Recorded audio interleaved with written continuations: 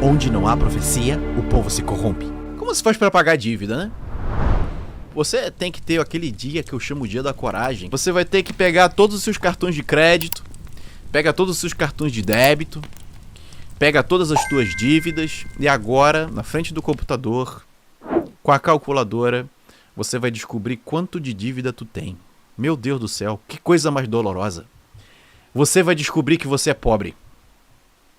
Você agora vai chegar e vai ver. Ih, rapaz, olha isso daí, ó.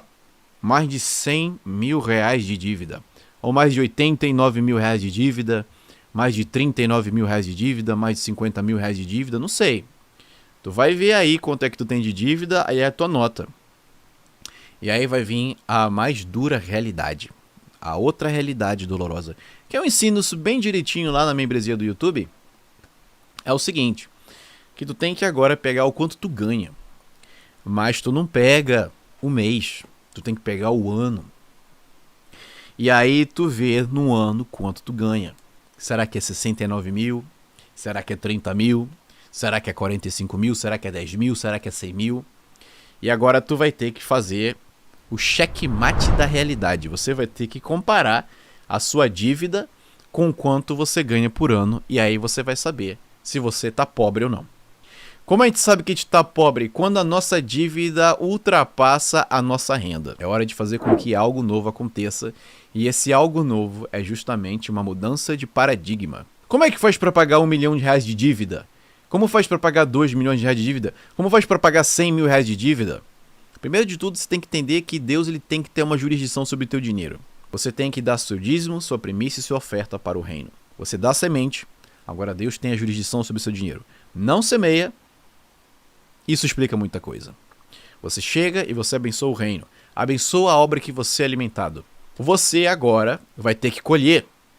E como é que faz para colher? Eu tô sentindo muito forte de falar isso no meu espírito. Isso é brincadeira, gente. Eu sinto que tem gente aqui que precisa escutar isso. Alguém aí precisa escutar esse negócio. Os coletores de impostos do templo chegam, batem na porta da casa de Pedro.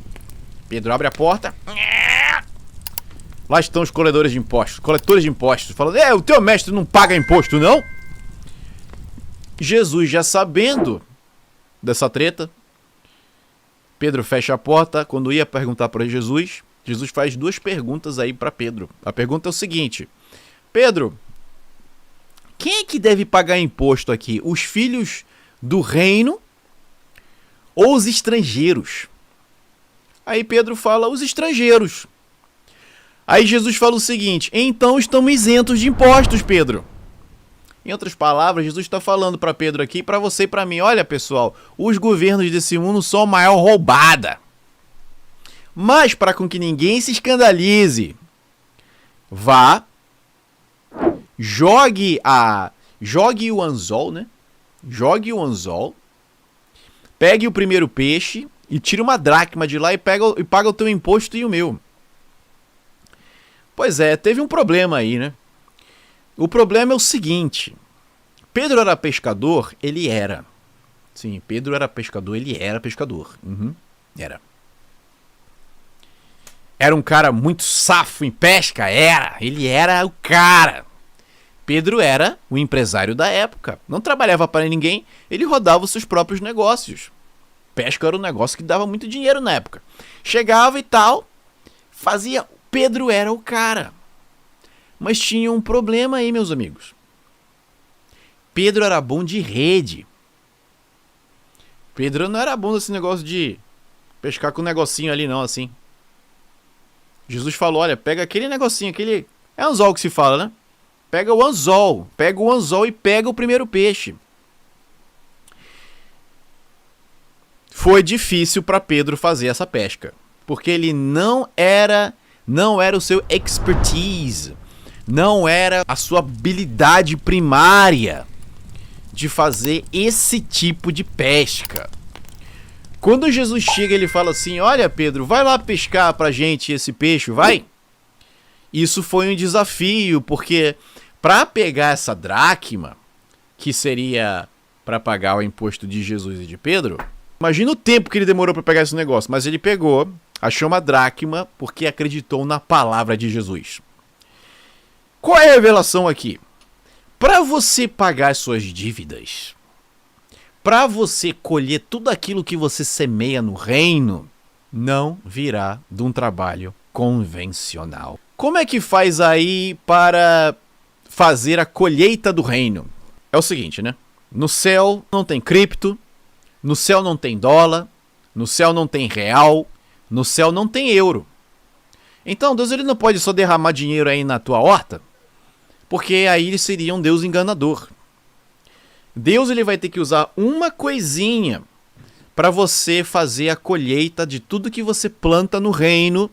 Porque quando Jesus chega com Pedro e fala, olha Pedro, pega o anzol e pesca. Isso foi uma instrução divina, mas não deixou de ser uma ideia. Para você fazer a colheita de tudo aquilo que tu deposita no céu. Se tu não tá colhendo nada, isso só significa uma coisa.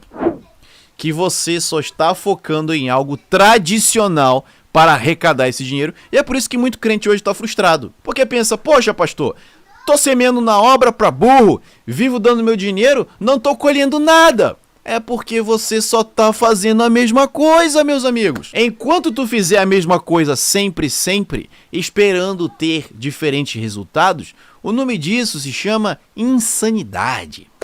É quando você tá toda hora fazendo as mesmas coisas, todo dia, sempre, esperando ter resultados diferentes. Isso nunca vai acontecer. A única forma de você pagar essa dívida será através de você sendo autônomo de alguma coisa. Nunca será através de um emprego. Vai ser fácil? Não vai ser fácil. Não vai ser fácil, mas é uma mentalidade que tu vai ter que trabalhar. Por isso que quando Jesus falava sobre a lei da semeadura, todo mundo entendia. Por isso que quando você vê as cartas de Paulo, quando ele fala que as igrejas abençoavam ele, ele agradecia as igrejas, porque davam dinheiro para ele continuar na obra, é porque todo mundo ali era autônomo. Quando tu vai ler lá nos primeiros 6 capítulos de Atos dos Apóstolos, você vê, até mesmo aquele capítulo que, se não me engano, está no capítulo 3, que esses socialistas usam falando, olha, essa aqui foi a única vez que o socialismo funcionou na igreja. Que tem aquela parte que fala que eles dividiam os bens entre si, aí existia unidade. Ele fala, olha, tá vendo? Essa é a única vez que o socialismo existiu. E a verdade é que a unidade, ela existiu na igreja com os bens justamente porque os donos de terra vendiam as suas terras e com o dinheiro da venda eles jogavam nos pés dos apóstolos e agora as riquezas eram compartilhadas. Então, aquele trecho da Bíblia não fala sobre socialismo. Aquele trecho da Bíblia fala sobre o capitalismo. Por causa do capitalismo, as pessoas então poderiam ter os seus bens compartilhados. Você está entendendo? Então, tem que falar sobre dinheiro sim. Porque o povo de Deus merece ser abençoado em nome de Jesus. Deus fala, ele vive. Onde não há profecia, o povo se corrompe.